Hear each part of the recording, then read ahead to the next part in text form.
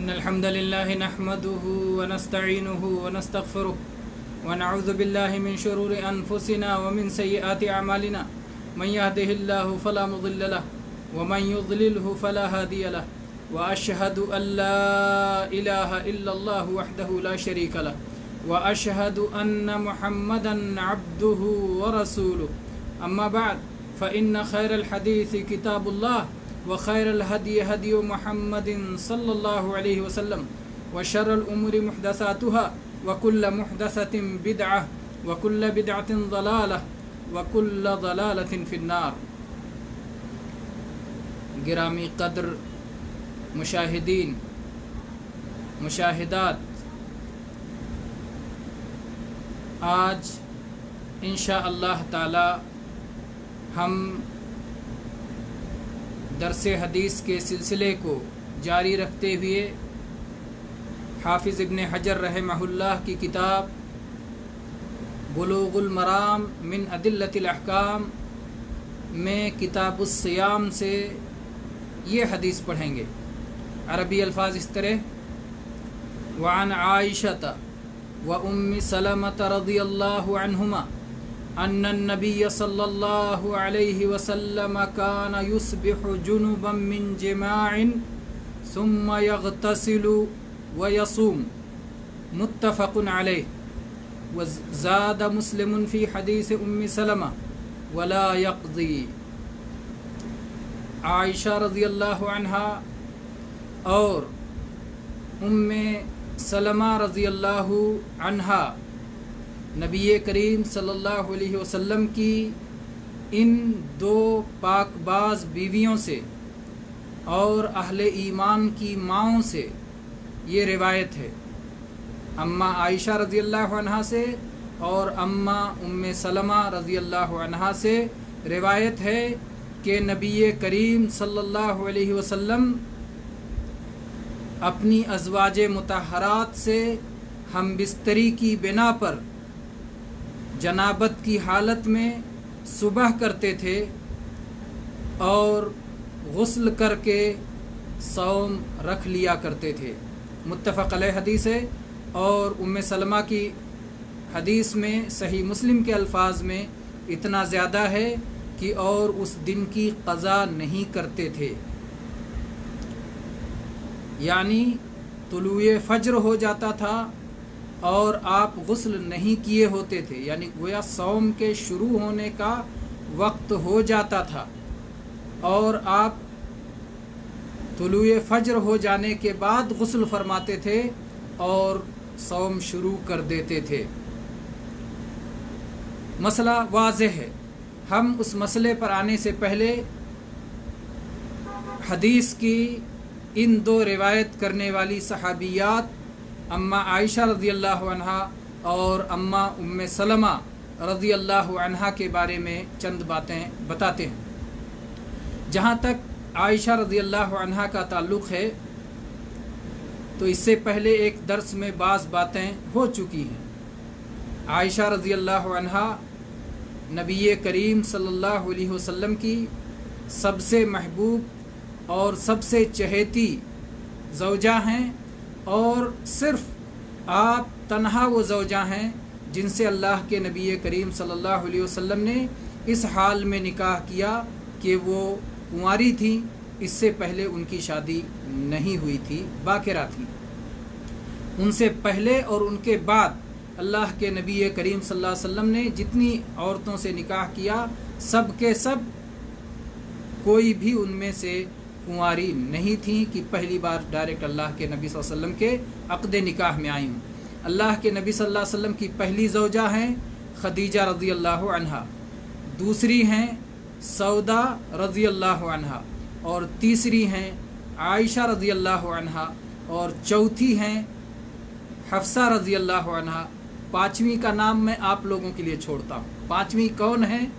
آپ ان کا نام تلاش کریں گے اور انشاءاللہ کمنٹ میں لکھیں گے. اور چھٹی ہیں ام سلمہ رضی اللہ عنہا. تو آپ کے سامنے دو زوجہ مطہرہ ہیں جن کی روایت ہے. پہلی عائشہ رضی اللہ عنہا جن سے اللہ کے نبی کریم صلی اللہ علیہ وسلم نے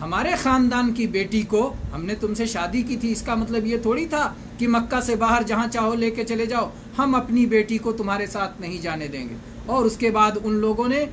سلمہ رضی اللہ عنہا کو ابو سلمہ رضی اللہ عنہ سے الگ کر دیا۔ اب ان کے خاندان نے، ابو سلمہ رضی اللہ عنہ کے خاندان نے جب یہ دیکھا، بنو اسد نے، کہ ہمارے جو ہے بندے اور ہمارے قبیلے کے ایک فرد کے ساتھ یہ معاملہ کیا جا رہا ہے، وہ لوگ دوڑے ہوئے آئے، کہا او بنو مخزوم کے لوگوں، تم اپنی بیٹی لے جانا چاہو لے جا سکتے ہو، ہمارے خاندان کا بیٹا نہیں لے جا سکتے۔ انہوں نے سلمہ کو کھینچ کے الگ کر دیا۔ ابو سلمہ رضی اللہ عنہ تو مدینہ ہجرت کرنے کے لیے تیار، سلمہ رضی اللہ عنہا کو بنو مخزوم نے لے لیا، اور ان کے بیٹے کو بنو اسد نے لے لیا کہ یہ تم اپنی بیٹی لے جاؤ، ہمارا بیٹا نہیں لے جا سکتے۔ اور اسی چھینا جھپٹی میں بیٹے کا ہاتھ اکھڑ گیا۔ کتنی تکلیف اٹھائی اس خاندان نے اسلام کی خاطر، اسلام پہ رکے رہنے کی خاطر۔ بہرحال سلمہ رضی اللہ عنہا اس جگہ پر جہاں یہ سارا واقعہ ہوا تھا، مدینہ جانے کے لیے جب یہ تینوں نکلے تھے اور جہاں سے یہ لڑائی ہوئی اور ایک دوسرے سے بچھڑ گئے، وہاں روز آتی تھی اور 1 سال تک مستقل وہاں آتی تھی، روتی تھی، شوہر کو بچوں کو یاد کرتی تھی، پھر لوٹ جاتی تھی۔ پھر لوگوں نے، کچھ لوگ بیچ میں پڑے نیک دل لوگ آگے آئے اور انہوں نے سفارش کی کہ آخر اس لڑکی کو کیوں تکلیف میں مبتلا کر رکھا ہے، کیوں اس کے شوہر کے پاس نہیں جانے دیتے۔ کچھ لوگوں نے جا کے ان کے بنو اسد سے کہا کہ آخر اس کے بچے کو کیوں اس سے الگ کر رکھا ہے، کیوں نہیں اس کے بچے کو حوالے کر دیتے۔ اور آخر بیچ بچاؤ کر کے کچھ لوگوں نے صلح کرایا، بچے کو دیا اور کہا ٹھیک ہے بیوی، اگر تم اپنے شوہر کے پاس جانا چاہتی ہو مدینہ چلی جاؤ۔ وہ تنہا نکل پڑی، کہیں ایسا نہ ہو کہ آج تو ان لوگوں نے اجازت دے دی ہے، آج ان لوگوں نے بچہ دے دیا ہے، کل ان کی رائے بدل جائے اور پھر میں مدینہ ہجرت نہ کر سکوں۔ سلمہ رضی اللہ عنہ چل پڑی تنہا اللہ کے سہارے پر، اللہ پہ توکل کر کے کہ اللہ تبارک و تعالیٰ مجھے مدینہ تک اپنے صاحب ایمان شوہر تک پہنچائے گا۔ جب یہ مکہ سے نکل گئیں اور تنعیم تک پہنچ گئیں، جہاں آج کل مکہ میں جہاں مسجد عائشہ ہے، تنعیم کی جگہ، مکہ سے آگے نکل کر کے وہاں تک پہنچ گئیں، تو وہاں تک مکہ کے ایک شریف انسان عثمان ابن ابی طلحہ، جو اس وقت تک مسلمان نہیں ہوئے تھے لیکن بڑے معزز مکرم شریف آدمی تھے، اور ان کے پاس مکہ کی چابی تھی، انہوں نے کہا بیٹی یہ تنہا تم کہاں جا رہی ہو؟ کہا کہ مدینہ جا رہی ہوں، میرا شوہر مسلمان ہو گیا ہے، میں بھی مسلمان ہو گئی ہوں، اور مجھے اپنے شوہر کے ساتھ جہیں جانے دیا گیا تھا، آج میں اپنے شوہر کے پاس جا رہی ہوں، آج مجھے اجازت ملی ہے، اللہ کے سہارے جا رہا ہوں۔ انہوں نے کہا کہ ایسا نہیں چھوڑا جا سکتا، تم کو ایسے نہیں چھوڑا جا سکتا۔ چنانچہ سلمہ رضی اللہ عنہ اپنے اونٹ پر اپنے بچے کے ساتھ تھیں، اور عثمان بن ابی طلحہ وہ اپنے اونٹ کو انہوں نے آگے رکھا اور کہا ٹھیک ہے میں تمہارے ساتھ تمہیں مدینہ تک پہنچا کے آؤں گا۔ اور وہ چلتے رہے یہاں تک کہ مدینہ پہنچا دیا۔ جب قبا پہنچ گئے اور کہا کہ دیکھو یہاں سے وہ مدینہ نظر آ رہا ہے، اب تم بخیر و عافیت وہاں چلی جاؤ، اور یہ یہاں چلے آئے۔ ان کے پاس یہ عثمان ابن طلحہ وہ شخص ہیں کہ نبی کریم صلی اللہ علیہ وسلم نے ہجرت سے پہلے ان سے کہا کہ ذرا کعبہ کی چابی دے دو، میں کعبہ کے اندر 2 رکعتیں پڑھنا چاہتا ہوں۔ عثمان بن طلحہ نے کہا نہیں میں چابی نہیں دے سکتا۔ کہا عثمان یاد رکھو ایک دن آنے والا ہے جب اس چابی کا میں مالک ہوں گا اور مکہ میں فتح کروں گا۔ چنانچہ اللہ کے نبی کریم صلی اللہ علیہ وسلم نے سن 8 ہجری میں مکہ فتح کیا اور بلایا، سر جھکائے ہوئے عثمان پہنچے۔ اللہ کے نبی صلی اللہ علیہ وسلم نے ان سے چابی لی اور کعبہ کھولا، اور اس کے بعد جبکہ علی رضی اللہ عنہ بھی چابی مانگ رہے تھے، عباس رضی اللہ عنہ بھی چابی مانگ رہے تھے، اللہ کے نبی نے نہیں دیا اور کہا کہ عثمان سے جو چابی چھینے گا وہ ظالم ہوگا، قیامت تک نسل در نسل یہ چابی تمہارے خاندان میں رہے گی۔ لوٹا دیا، اور انہوں نے اللہ کے نبی کریم صلی اللہ علیہ وسلم کے اس حسن اخلاق کو دیکھا، مسلمان ہو گئے، کلمہ پڑھ لیا، اشہد اللہ الہ الا اللہ و اشہد ان محمد رسول اللہ۔ تو بہرحال ام سلمہ رضی اللہ عنہ اس طرح سے مدینہ منورہ پہنچ گئیں۔ ان کے شوہر ابو سلمہ رضی اللہ عنہ نبی کریم صلی اللہ علیہ وسلم کی خدمت میں اور آپ کے ساتھ معارک میں رہتے تھے، بدر میں رہے، پھر احد میں رہے، اور احد میں انہیں سخت کاری زخم لگ گیا جس کی بنیاد پر ان کی وفات ہو گئی۔ ام سلمہ رضی اللہ عنہ ذکر کرتی ہیں کہ ایک بار ابو سلمہ رضی اللہ عنہ نبی کریم صلی اللہ علیہ وسلم کی مجلس سے واپس آئے اور گھر میں آ کر کے مجھ سے کہا کہ ام سلمہ آج نبی کریم صلی اللہ علیہ وسلم نے ایک دعا سکھائی ہے، اور آپ نے کہا ہے کہ جو بھی کسی مصیبت میں پڑے اور اس دعا کو پڑھ لے تو اللہ تبارک و تعالیٰ اس مصیبت کو ٹال کے اس کا اچھا بدلہ، اس سے بہتر بدلہ، جس چیز کے بارے میں مصیبت ہوئی ہے اس سے بہتر عطا فرمائے گا۔ مصیبت جب آئے تو کہے انا للہ و انا الیہ راجعون، اللہم اجرنی فی مصیبتی ہذہ واخلف لی خیرا منہا۔ انا للہ و انا الیہ راجعون، ہم اللہ کے ہیں اور اللہ ہی کی طرف پلٹ کے جانے والے ہیں۔ اللہم اجرنی فی مصیبتی ہذہ، اے اللہ میری اس مصیبت میں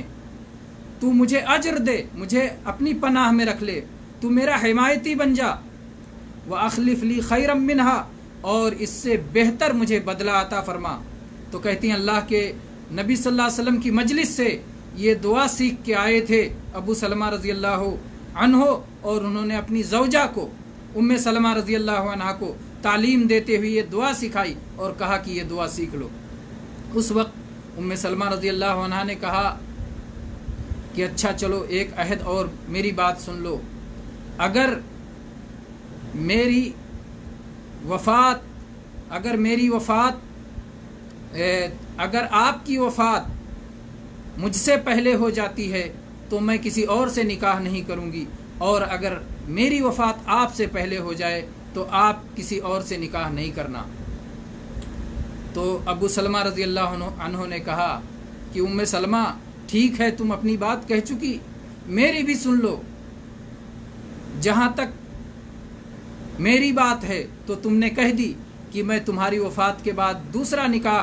نہیں کروں گا، لیکن میری بھی بات سن لو، سننا چاہو گی؟ انہوں نے کہا ضرور۔ کہا دیکھو میرا کہنا یہ ہے کہ اگر میری وفات تم سے پہلے ہو گئی تو تم ضرور نکاح کرنا، تم میرے نام پہ میری یاد پہ بیٹھے نہیں رہنا۔ یہ انہوں نے کہا، اور اس کے بعد یہ واقعہ ہوا کہ احد کی لڑائی میں، احد کے معرکے میں ایسا زخم لگا کہ اس زخم کی وجہ سے وہ تاب نہ لا سکے اور ان کی وفات ہو گئی۔ رسول اللہ صلی اللہ علیہ وسلم ان کے گھر پہنچے، ان کے لیے دعا دی کہ اے اللہ ان کو ہدایت یافتہ لوگوں میں بنا، اور ان کے بال بچوں میں یا اللہ تو ان کا خیال رکھنا۔ اور ام سلمہ رضی اللہ عنہ فرماتی ہیں کہ مجھے خیال آیا کہ انہوں نے ایک دعا سکھائی تھی کہ اگر کوئی مصیبت آئے تو پڑھ لینا، اللہ تعالیٰ اس سے بہتر عطا کرے گا۔ انہوں نے کہا پھر میں نے سوچا کہ ابو سلمہ سے بہتر کون ہو سکتا ہے، اتنا اچھا معاملہ، اتنا اچھا کردار، اللہ کے نبی کریم صلی اللہ علیہ وسلم کے اتنے اچھے ساتھی، کون ان سے اچھا مل سکتا ہے؟ کہتی ہیں لیکن پھر بھی میں نے وہ دعا پڑھ لی، انا للہ و انا الیہ راجعون، اللہم اجرنی فی مصیبتی ہذہ واخلف لی خیرا منہا۔ کہتی ہیں پھر اس کے بعد میں جب عدت کے ایام پورے ہو گئے، ام سلمہ رضی اللہ عنہ کی عدت کے ایام پورے ہو گئے وفات کے بعد، ابو بکر صدیق رضی اللہ عنہ نے پیغام نکاح بھیجا، کیونکہ بہت عقل مند اور بہت باعلم خاتون تھی، تو انہوں نے کہا نہیں مجھے نکاح نہیں کرنا۔ عمر فاروق رضی اللہ عنہ نے پیغام بھیجا، انہوں نے کہا نہیں مجھے نکاح نہیں کرنا۔ پھر رسول اللہ صلی اللہ علیہ وسلم نے پیغام بھیجوایا کہ ام سلمہ میں آپ سے نکاح کرنا چاہتا ہوں۔ رسول اللہ صلی اللہ علیہ وسلم کو کوئی کیسے انکار کر سکتا تھا، لیکن انہوں نے جواب میں کہا کہ اللہ کے نبی صلی اللہ علیہ وسلم یہ میرے لیے بڑے سعادت اور شرف کی بات ہے، لیکن 3 باتیں ایسی ہیں جس کی وجہ سے میں پیچھے ہٹ رہی ہوں۔ ایک بات تو یہ ہے کہ میں بڑی غیرت مند خاتون ہوں، میرے ساتھ جب کوئی سوتن ہوگی، کوئی سوکن ہوگی تو غیرت میں کہیں کوئی ایسی بات نہ ہو جائے، ایسا کام نہ ہو جائے جس سے اللہ اور اس کے رسول ناراض ہو جائیں اور میری دنیا اور آخرت تباہ ہو جائے۔ اور دوسری بات یہ کہ میرے پہلے شوہر سے میرے کئی بچے ہیں، ان بچوں کی دیکھ ریکھ مجھے کرنا ہے۔ اور تیسری بات یہ کہ میری اب عمر ہو چکی ہے، اب شادی کا کیا کرنا، اتنی عمر کے بعد اب میں یہ عمر شادی کے بغیر ہی گزار سکتی ہوں۔ اللہ کے نبی کریم صلی اللہ علیہ وسلم نے جواب دیا کہ ام سلمہ، جہاں تک عمر کی بات ہے تو میری بھی عمر ہے، میں بھی عمر والا ہوں، تم بھی عمر والی ہو، میں بھی عمر والا ہوں۔ جہاں تک تمہارے بچوں کی بات ہے، وہ بچے میرے بچے ہیں، میں ان کی کفالت کروں گا، میں ان کی تربیت کروں گا۔ اور جہاں تک غیرت کی بات ہے تو میں اللہ تبارک و تعالیٰ سے دعا کروں گا کہ ناجائز غیرت کو اللہ تعالیٰ ختم کر دے۔ اور چنانچہ آپ دیکھیں کہ نبی کریم صلی اللہ علیہ وسلم کی بیویوں میں غیرت کے بہت سارے واقعات ہوئے جن کا احادیث میں ذکر آتا ہے، کوئی ایک واقعہ ایسا نہیں ہوا جو ام سلمہ رضی اللہ عنہا سے متعلق ہو، کیونکہ اللہ کے نبی صلی اللہ علیہ وسلم کی دعا کی برکت سے ناجائز غیرت ختم ہو گئی تھی۔ اور بچوں کی تربیت آپ دیکھیں کہ ام سلمہ رضی اللہ عنہا اپنے ساتھ اپنے بیٹے عمر کو لے کے آئیں۔ عمر بن ابو سلمہ رضی اللہ عنہ، عمر رضی اللہ عنہ، یہ جو ام سلمہ رضی اللہ عنہ کے بیٹے ہیں،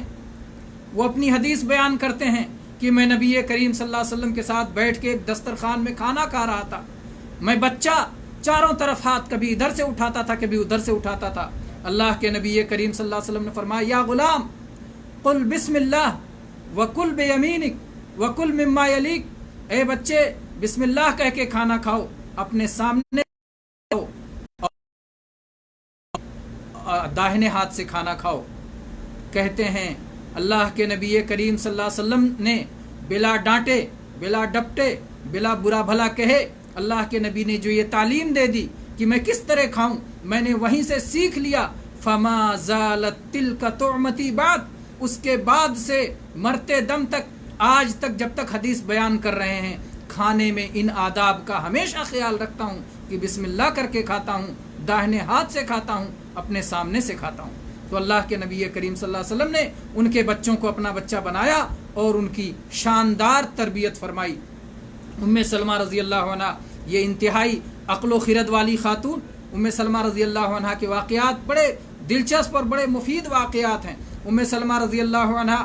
نبی کریم صلی اللہ علیہ وسلم کا طریقہ یہ تھا کہ جب آپ سفر میں نکلتے تھے تو آپ قرآن اندازی کرتے تھے، اور جس بیوی کا قرآن نکلتا تھا، جس کا نام نکلتا تھا، اسے سفر میں اپنے ساتھ رکھتے تھے۔ اللہ کے نبی کریم صلی اللہ علیہ وسلم جب غزوہ حدیبیہ کے لیے نکلے تو آپ کے پاس ساتھ میں ام سلمہ رضی اللہ عنہ ساتھ تھیں۔ آپ صلی اللہ علیہ وسلم نے جب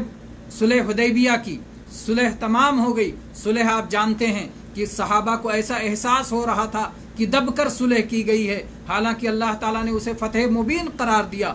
اور سب کے لیے خیر اسی میں تھا، اسی صلح میں کہ اللہ تعالیٰ نے اس صلح کو فتح مکہ کا ذریعہ بنایا۔ بہت سارے مواقع پر لوگ یہ سمجھتے ہیں کہ جو ان کا امام ہے، جو ان کا حاکم ہے، جو ان کے عالم ہیں، کوئی ایسی بات کہہ رہے ہیں جو کہ دبنے والی بات ہے، جو کہ ڈرنے والی بات ہے۔ تو حالانکہ اگر لوگ اپنے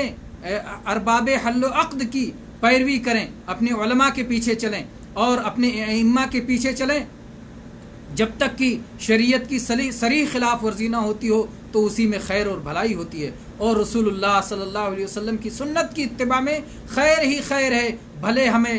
پہلی فرصت میں یا ظاہر بھی نگاہوں کو بھلے لگے نقصان ہو رہا ہے۔ تو ایسے ہی صلح حدیبیہ کے موقع پہ ہوا، اللہ کے نبی کریم صلی اللہ علیہ وسلم کہہ کے گئے تھے کہ ہم عمرہ کرنے کے لیے چل رہے ہیں، لیکن وہاں پہنچے تو یہ ہوا کہ اس سال عمرہ نہیں کریں گے، واپس جائیں گے۔ صحابہ کرام کو بڑا غم تھا، بڑا دکھ تھا، بڑی تکلیف تھی۔ اللہ کے نبی نے کہا اسی حدیبیہ کے مقام پر کعبہ تک پہنچے بغیر، کعبہ کا طواف کیے بغیر ہر کوئی اپنے سر مڈا لے اور اپنی قربانیوں کو ذبح کر لے۔ آپ نے لوگوں کو حکم دیا، کبھی ایسا موقع نہیں آیا تھا کہ اللہ کے نبی کریم صلی اللہ علیہ وسلم کسی بات کا حکم دے اور صحابہ کرام تعمیل نہ کریں۔ وہ تو دوڑ کے سب سے پہلے، ہر کوئی چاہتا تھا کہ تعمیل میں پہلے نمبر پر ہو، لیکن آج کیا بات تھی، اللہ کے نبی کریم صلی اللہ علیہ وسلم نے دیکھا کہ کوئی اپنے سر کے بال مڈانے کے لیے اٹھ نہیں رہا ہے، کوئی اپنی قربانی ذبح کرنے کے لیے اٹھ نہیں رہا ہے۔ اللہ کے نبی کریم صلی اللہ علیہ وسلم اپنے خیمے میں گئے، ام سلمہ رضی اللہ عنہا نے دیکھا، کہا اللہ کے نبی صلی اللہ علیہ وسلم کیا تکلیف ہے؟ اللہ کے نبی نے صورتحال بتائی، ماجرا سنایا۔ انہوں نے کہا اللہ کے نبی میں ایک مشورہ دوں؟ کہا ضرور۔ اللہ کے نبی کریم صلی اللہ علیہ وسلم نے اس زوجہ مطہرہ کا مشورہ قبول فرمایا، اور کیسی برکت ظاہر ہوئی۔ اگر اللہ کے نبی صلی اللہ علیہ وسلم کی حکم کی تعمیل نہ کی گئی ہوتی تو آفت آ جاتی، تباہی آ جاتی، ہلاک ہو جاتے، لیکن ان کے ایک مشورے سے پوری امت محفوظ ہو گئی، ہلاکت سے اور تباہی سے محفوظ ہو گئی۔ اور اللہ کے نبی کریم صلی اللہ علیہ وسلم جو غمزدہ تھے وہ مسرور ہو گئے، پرسکون ہو گئے۔ تو بعض دفعہ عورتوں کے مشورے اتنے قیمتی ہوتے ہیں، زوجات کے مشورے، اس لیے یاد رکھیں کہ بعض جو لوگ وہ حدیث بیان کرتے ہیں کہ بیویوں سے مشورے مت لو اور بیویوں کے مشوروں کو رد کر دیا کرو، اس طرح کی حدیث کوئی بھی کسی بھی صحیح حدیث میں نہیں ہے۔ یہ سب جھوٹی باتیں ہیں، نبی کریم صلی اللہ علیہ وسلم کے نام سے غلط منسوب کی گئی ہیں، ان کے کوئی صورت نہیں ہے۔ اللہ کے نبی نے مشورے لیے ہیں، مشورے قبول کیے ہیں۔ چنانچہ ام سلمہ رضی اللہ عنہا نے مشورہ دیا کہ اللہ کے نبی آپ اپنے خیمے سے باہر نکلیے، آپ کسی سے کوئی بات نہ کیجیے، اپنی قربانی کے پاس جائیے، اپنی قربانی کو ذبح کیجیے، اور سر موڑنے والے کو بلائیے اور اپنا سر مڈا لیجیے، اور اس کے بعد دیکھیے صحابہ کرام کو آپ نے حکم دے دیا ہے، آپ کا عمل دیکھ کر کے، قول کے بعد آپ کا فعل دیکھ کر کے سب آپ کی اتباع میں لگ جائیں گے، اور یہ مسئلہ انشاءاللہ حل ہو جائے گا۔ چنانچہ مسئلہ حل ہو گیا۔ ام سلمہ رضی اللہ عنہا کی ہوشیاری سے، عقل مندی سے، مفید مشورے سے یہ مسئلہ بہت بہترین اور خوبصورت انداز میں حل ہو گیا۔ بہرحال کہنا یہ ہے کہ ام سلمہ رضی اللہ عنہا اس حدیث کی روایت کرنے والی ہیں۔ ان کی وفات عائشہ رضی اللہ عنہا کے ایک یا دو سال کے بعد وفات ہو گئی۔ سن 59 ہجری میں عائشہ رضی اللہ عنہا کی وفات ہوئی، اور 60 یا 61 ہجری میں ام سلمہ رضی اللہ عنہا کی وفات ہوئی ہے۔ تو بہرحال یہ بڑی خیر و برکت والی خاتون تھی، علم والی خاتون تھی۔ ان کی روایات بھی موجود ہیں۔ انہی روایات میں سے یہ روایت بھی ہے جو صوم رمضان سے متعلق ہے کہ ایک انسان اگر رات میں اپنی بیوی سے ہم بستری کرے اور غسل نہ کر سکے یہاں تک کہ طلوع فجر ہو جائے تو وہ صوم شروع کر سکتا ہے، صلاۃ فجر کے لیے غسل کرے اور اس کے بعد میں وہ جو ہے اپنا صوم جاری رکھے۔ یہ نہیں کہ صوم کے لیے پہلے ہی سے طہارت میں ہونا ضروری ہے۔ بعض اہل علم نے اس مسئلے کو قرآن پاک سے بھی نکالا ہے، کہا کہ ایسا مسئلہ ہے کہ جو قرآن پاک سے بھی مستنبط ہے۔ قرآن پاک میں اللہ تعالیٰ نے فرمایا احل لکم لیلۃ الصیام الرفث الی نسائکم، کہ رمضان کی رات میں اپنی بیویوں کے ساتھ ہم بستری کرنا حلال ہے۔ اور پھر اللہ تبارک و تعالیٰ نے کہا فالآن باشروہن، رات ہو گئی اب اپنی بیویوں سے مباشرت کرو، وَكُلُوا وَاشْرَبُوا، اور کھاؤ اور پیو، حَتَّى يَتَبَيَّنَ لَكُمُ الْخَيْطُ الْأَبْيَضُ مِنَ الْخَيْطِ الْأَسْوَدِ مِنَ الْفَجْرِ، یہاں تک کہ فجر کا سفید دھاگا اور رات کا سیاہ دھاگا دونوں الگ الگ ہو جائیں۔ ثُمَّ أَتِمُّوا الصِّيَامَ إِلَى اللَّيْلِ، اور پھر جب یہ دونوں دھاگے الگ الگ ہو جائیں،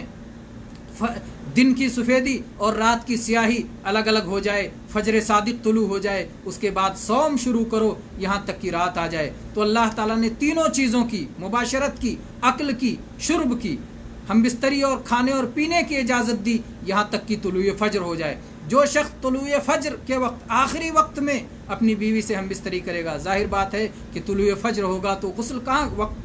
کا وقت تو فجر ہونے کے بعد ہی اسے ملے گا۔ اس سے معلوم ہوتا ہے، اس کو کہتے ہیں دلالت الاشارہ۔ دلالت الاشارہ، اشارہ کے ذریعے قرآن میں اشارہ کیا گیا ہے کہ آدمی جنابت کی حالت میں صبح کر سکتا ہے اور جنابت کی حالت میں اپنے صوم کو شروع کر سکتا ہے۔ تو یہ مسئلہ ہے جو اس حدیث میں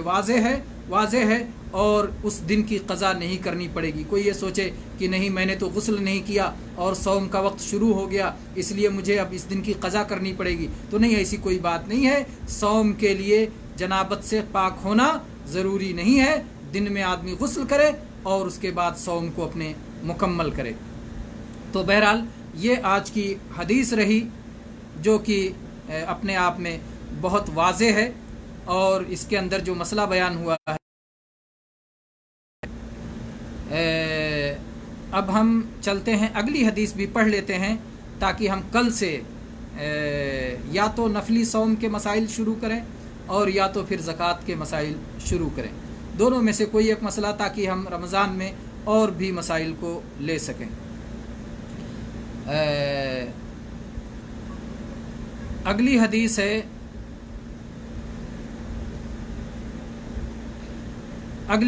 عن عائشة رضی اللہ عنہا ان رسول اللہ صلی اللہ علیہ وسلم قال من مات وعلیہ صیام صام عنہ ولیہ، متفق علیہ۔ عائشہ رضی اللہ عنہ بیان کرتی ہیں کہ جو شخص اس حالت میں مرے کہ اس کے اوپر کچھ صوم فرض تھا، فرض صوم باقی رہ گیا، فرض اور قرض ایک ہی طرح ہے، تو کچھ صوم فرض تھا یعنی اس کے اوپر قرض باقی رہ گیا ہے، اللہ کا حق جو اس کے اوپر فرض تھا اس نے ادا نہیں کیا، صام عنہ ولیہ، تو اس کی طرف سے اس کے اولیاء صوم رکھیں گے۔ ولی کس کو کہتے ہیں؟ کیا ان لوگوں کو کہتے ہیں جو اس کی وراثت پائیں گے، جو وارث ہیں، یا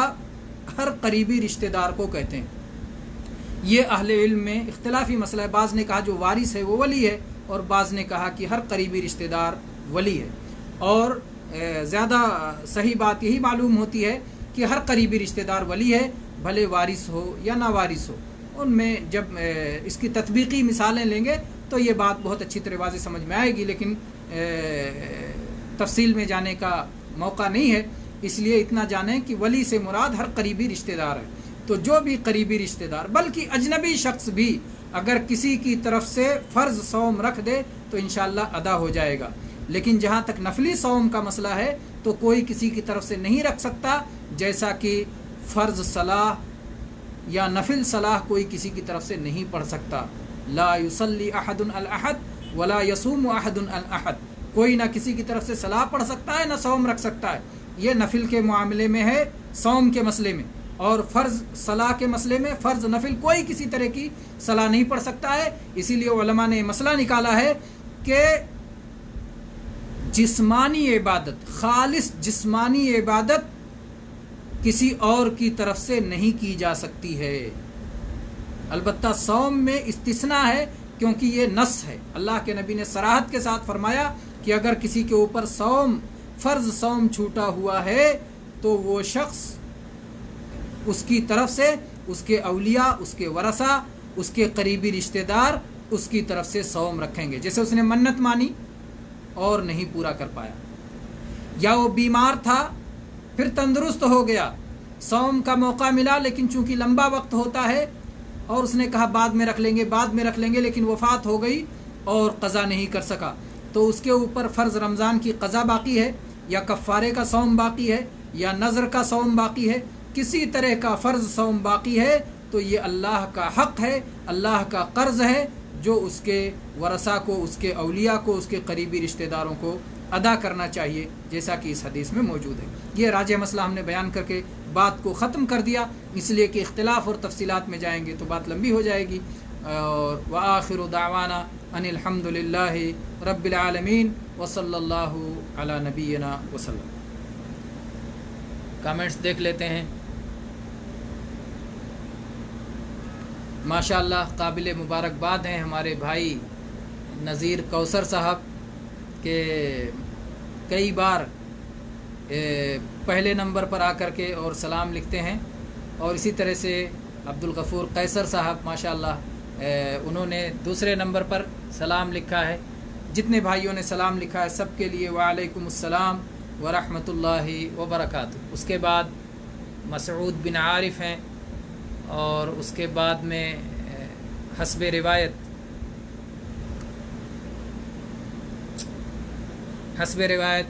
قیصر صاحب نے لکھا ہے کہ سبھی پیارے پیارے دوستوں اور استاد محترم، اور خبر آپ سب کا خیر مقدم رمضان کی ان رحمتوں اور برکتوں والی ساعتوں میں ماشاءاللہ۔ اس کے بعد ارمان عباسی صاحب انہوں نے سلام لکھا، اور اس کے بعد میں